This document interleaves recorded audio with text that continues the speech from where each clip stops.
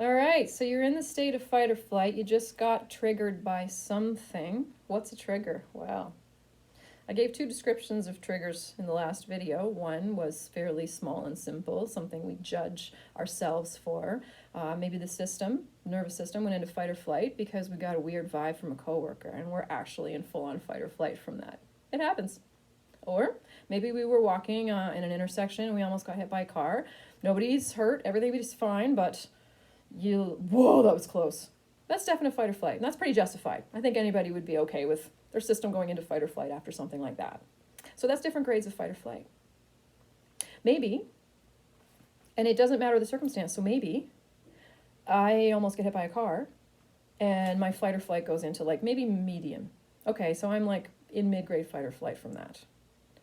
Maybe later on I get a weird vibe from a coworker and I get into full-on fight or flight. Doesn't make sense, does it? No.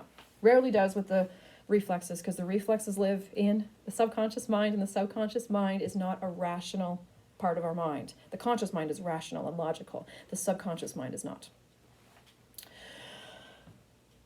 So when we're in fight or flight, our senses go online and offline at the same time. We don't notice, most of the time we don't notice that we're in fight or flight. Eventually we have to come out of fight or flight.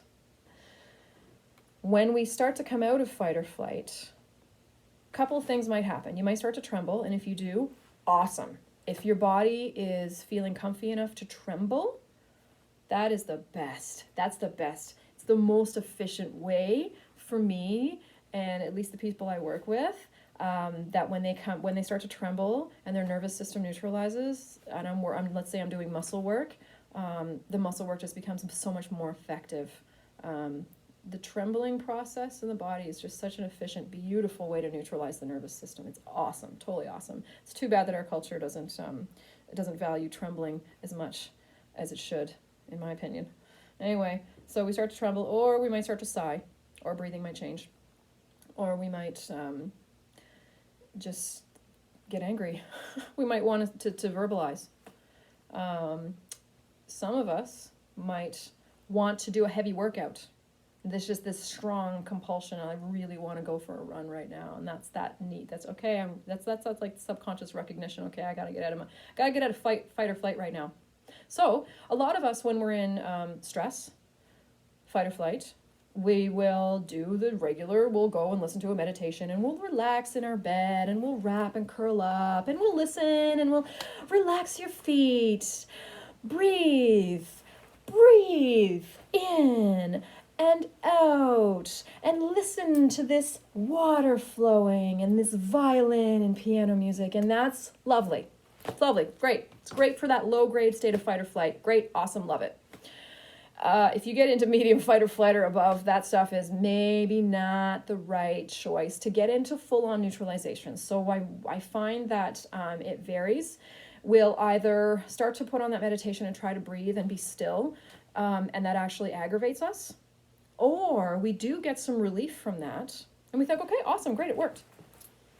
But the system's still in like partial fight or flight and partial neutral. So we might have headed in toward neutral, but we're not there yet. We're still in the stress response. So we're still spinning on the inside. We're still revving high, using our precious energy, our fuel, with that process. And it's hard to know if we're in fight or flight or not. We can't be objective with that sort of thing. It's very difficult to be objective. You've got to learn. And I've been so blessed to see it in other people, see them coming up into it, see them coming down out of it while I'm working with them, and of course myself to learn and have to do that. But most of us don't have that. We don't have that awareness, which is why I'm making videos like this. So that internal spinning, that happens, and you just feel it. Yep, I'm spinning on the inside. I must still be in fight or flight a little bit.